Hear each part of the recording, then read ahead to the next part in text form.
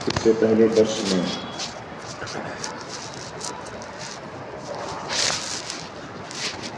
مردوں کی تدفین اور بعد دفن قبر پر اذان دینا، اس کو بیان کیا گیا کہ بعد دفن قبر پہ اذان بالکل جائز ہے،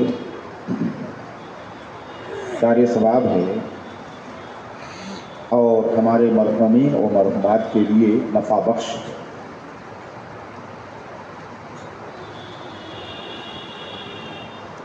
اس کے بعد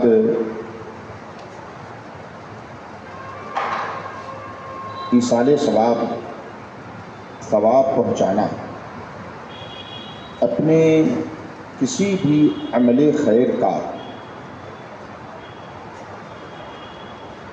ہم اپنے مرحومین و مرحومات کی روح کو ثواب پہنچاتے ہیں، بلا شبہ اس کا نفع مرحومین کو ملتا ہے اور ایسا نہیں کہ ہم محروم ہو جاتے ہیں، ہمیں بھی فائدہ ملتا ہے۔ آپ نے قرآن شریف کی تلاوت کیا اور یہ نیت کر لیا کہ اس کا ثواب اللہ تعالی ہمارے مرحومین کو عطا فرمائے، تو سبحان اللہ آپ بھی ثواب پاتے ہیں اور آپ کے مرحومین کے ارواح کو بھی اس کا ثواب پہنچتا ہے۔ کسی بھی عمل خیر کا آپ ثواب نیت کر لیں، اللہ تعالی ثواب عطا فرماتا ہے۔ حتیٰ کہ آپ نماز پڑھتے ہیں، روزہ رکھتے ہیں تو اس کا ثواب پاتے ہیں آپ، اگر نیت اس کے ساتھ ہو جائے کہ ہماری نماز کا ثواب، ہمارے روزے کا ثواب یہ بھی ہمارے مرحومین کو پہنچے تو اس کا ثواب بھی پہنچتا ہے۔ آپ اپنا معمول بنایا کریں، مثال کے طور پر بعد نماز عشاء آپ نماز سے جب فارغ ہوں تو اپنی دعا میں اپنے مرحومین و مرحومات اور امت مسلمہ کو ضرور یاد رکھا کریں۔ آپ یہ کہیں کہ اللہ جو بھی عمل خیر میں نے کیا آج دن بھر، نمازیں پڑھیں، تسبیحات پڑھیں، درود شریف پڑھیں، قرآن مقدس کی تلاوت کی، جو بھی اعمال خیر میں نے کیا، اے اللہ ان سب کا ثواب ہمارے جملہ مرحومین و مرحومات کے ارواح کو نذر ہے، قبول فرما لے۔ آپ بھی ثواب پا رہے ہیں اور اس کا ثواب آپ کے جو مرحومین ہیں ان کی بارگاہ میں بھی پہنچ رہا ہے۔ یہ مرحومین روحیں منتظر رہتی ہیں کہ کاش ایک نیکی کا ثواب بھی ہمارا کوئی اپنا عزیز، ہمارا کوئی قریبی پہنچا دے، اور جب ہم ایصال ثواب کرتے ہیں، ثواب پہنچاتے ہیں تو ان کو بہت خوشیاں حاصل ہوتی ہیں۔ اس سے زیادہ خوشی حاصل ہوتی ہے کہ اس سے ہم کسی زندہ کو کوئی اپنی ذات سے فائدہ پہنچائیں، ہم اسے کوئی چیز ہدیہ کریں، گفٹ کریں، جتنا وہ خوش ہوتا ہے اس سے کہیں زیادہ ہمارے مرحومین، ہم ایک نیکی کا ثواب ان کے ارواح کو پہنچاتے ہیں تو انہیں خوشی حاصل ہوتی ہے۔ اس پر بھی اعتراضات لوگوں کے رہتے ہیں کہ بھائی کام ہم کر رہے ہیں، نماز ہم پڑھ رہے ہیں، قرآن شریف کی ہم تلاوت کر رہے ہیں، ہم ثواب پائیں گے، دوسرے کو کیسے پہنچایا جا سکتا ہے، دوسرا اس کا ثواب کیسے پائے گا؟ میرے بھائیوں،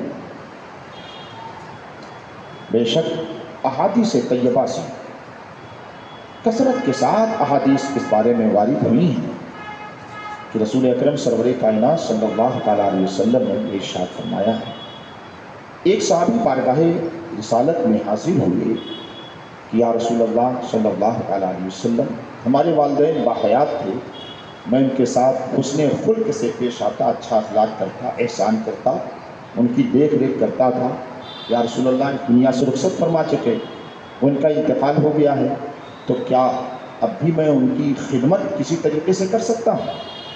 تو میرے آقا سرور کائنات صلی اللہ علیہ وسلم نے ارشاد فرمایا ان کے لیے دعائے استغفار کیا کرو، ایصال ثواب کیا کرو، نیکیوں کا ثواب پہنچاؤ۔ یہ بڑی بہت عظیم اور بڑی خدمت ہے والدین کے لیے۔ تو دیکھیے بخاری شریف میں بھی حدیث ہے، کثرت کے ساتھ احادیث وارد ہیں، میں ایک حدیث سناؤں۔ عن ابن عباس رضی اللہ تعالی عنہ قال مر النبی صلی اللہ تعالی علیہ وسلم بقبرین وقال انہما لیعذبان وما يعذبان في كبير اما احدهما فكان لا يستتر من البول واما الاخر فكان يمشي بالنميمة۔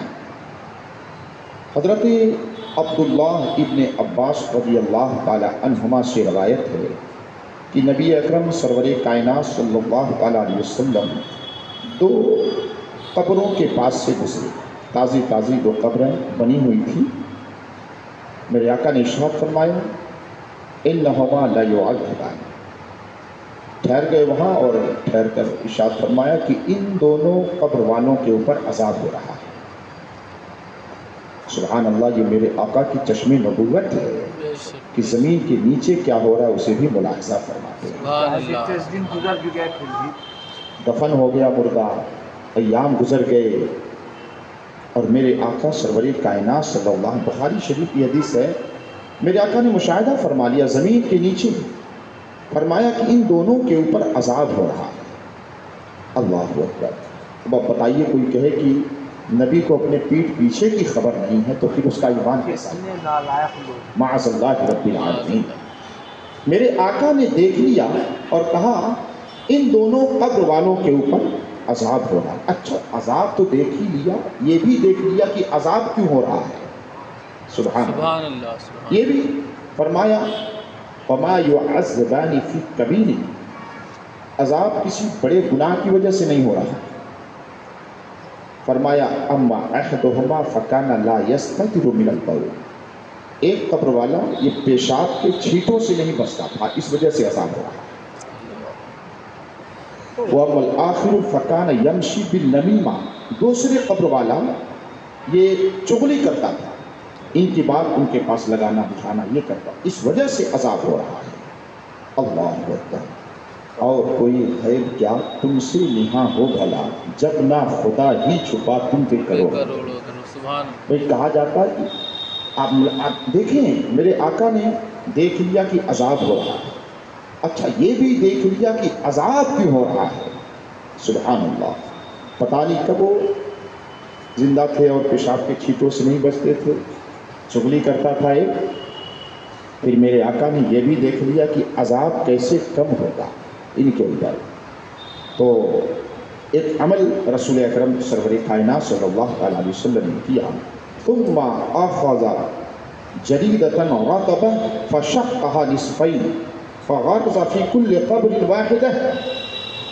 پھر رسول اکرم سرور کائنات صلی اللہ علیہ وسلم نے ایک درخت سے تر شاخ منگوایا، ایک ٹہنی، ایک شاخ ایک درخت سے منگوایا۔ اچھا عرب کا زمانہ، اس زمانے چونکہ عرب میں ببول کے درخت زیادہ، ببول اور کھجور کے درخت، تو حدیثوں میں آتا ہے ایک روایت میں کہ ببول کے درخت سے ایک شاخ منگوایا، ایک روایت میں کھجور کے درخت سے ایک شاخ منگوایا، بہرحال ایک تر شاخ منگوایا۔ اس حدیث میں ثم اخذ جریدۃ رطبۃ، ایک تر ہری بھری شاخ منگوایا، پھر میرے آقا نے اسے دو حصے میں توڑ دیا، ایک کو ایک قبر پہ کاٹ دیا اور دوسرے کو دوسرے قبر پہ کاٹ دیا، اور ارشاد تو صحابہ نے دیکھا کہ میرے آقا نے ایسا کیا، فقالوا یا رسول اللہ لما فعلت هذا، فرمایا کہ یا رسول اللہ صلی اللہ علیہ وسلم آپ نے ایسا کیوں کیا، آپ نے ایسا کیوں؟ چونکہ صحابہ کرام تو اس بات کے متمنی رہتے تھے کہ دین سیکھیں، دین حاصل کریں، یا رسول اللہ آپ نے ایسا کیوں کیا؟ میرے آقا نے ارشاد فرمایا لعلہ یخفف عنہما ما لم یلبسا، میرے آقا نے ارشاد فرمایا کہ یہ شاخیں تر ہیں، دوسری روایت سے اور ملتی یہ باتیں، یہ شاخیں تر ہیں اور ہر تر چیز اللہ کی تسبیح بیان کرتی ہے۔ میرے آقا نے ارشاد فرمایا یہ جب تک تر رہیں گی اللہ کی تسبیح بیان کریں گی اور اللہ اس کے صدقے میں ان سے عذاب میں کمی کرتا رہے گا۔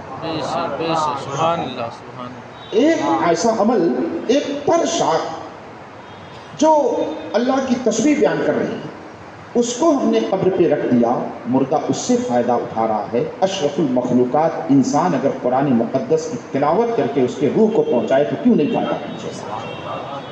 کیوں نہیں فائدہ پہنچے گا؟ میرے آقا نے ارشاد فرمایا یہ شاخ جب تک تر رہے گی اللہ کی تسبیح بیان کرے گی اور ان کے عذاب میں کمی واقع ہوتے رہی۔ سبحان اللہ۔ چونکہ عرب کا وہ ریگستانی علاقہ، وہاں کھجور یا ببل کے درخت، الحمدللہ اسی حدیث سے یہ بھی ثابت ہوتا ہے کہ ہمارے وہاں بڑے آسانی سے پھول دستیاب ہو جاتے ہیں، اسی لیے ہم اپنے مرحومین کے قبروں پر پھول ڈال دیتے ہیں، ایک تو پھلا بھی رہے، خوشبو بھی آئے، اور وہ تر ہیں، اللہ کی تسبیح بیان کر رہی ہیں، اور اللہ رب العزت ان کے عذاب میں کمی کر رہا ہے۔ اور صاحب مزار اگر اللہ کا ولی ہے، مقرب ہے اللہ کا، تو اس کے درجات میں بلندیاں ہو رہی ہیں۔ سبحان اللہ۔ تو یہ لوگ کہتے ہیں کہ یہ ناجائز بدعت ایسا ہو، کچھ نہیں، اصل میں کہیں تو بغض و حسد کینہ، اور کہیں یہ کہ مطالعہ نہیں، پڑھتے نہیں، تو اس طرح کی باتیں کرتے ہیں۔ بہرحال ہم جو بھی کار خیر کا ثواب اپنے مرحومین و مرحومات کے ارواح کو نذر کرتے ہیں، پہنچاتے ہیں، اس کا ثواب بلا شبہ بے شک پہنچتا ہے، اس میں کوئی شک نہیں ہے۔ اللہ تبارک و تعالیٰ ہمیں اپنی دعاؤں میں اپنے مرحومین کو یاد کرنے کی توفیق عطا فرمائے۔ قبرستان جائیں تو ہم بھی وہاں ہری اپنے والدین، بالکل، آپ قبرستان جائیں تو ہری بھری چیزیں کچھ بھی آپ ڈال دیں، آپ گھاس بھی رکھ سکتے ہیں توڑ کر کے، کوئی ٹہنی رکھ سکتے ہیں توڑ کر کے، گلاب کا پھول رکھ سکتے ہیں۔ دیکھیے اسی لیے قبرستانوں سے ہری بھری چیزوں کو کاٹنے کی ممانعت ہے۔ گھاس نکل آئے تو شریعت منع کرتی ہے کہ نہ کاٹیے، اس میں مرحوم کا نقصان ہوگا۔ وہ چیزیں جب تک ہری ہیں، اللہ کی تسبیح بیان کر رہی ہیں، اور اس کے لیے فائدہ ہو رہا ہے، اس کے عذاب میں کمی ہو رہی ہے۔ مرحوم اگر اللہ کا مقرب ہے تو اس کے درجات بلند ہو رہے ہیں۔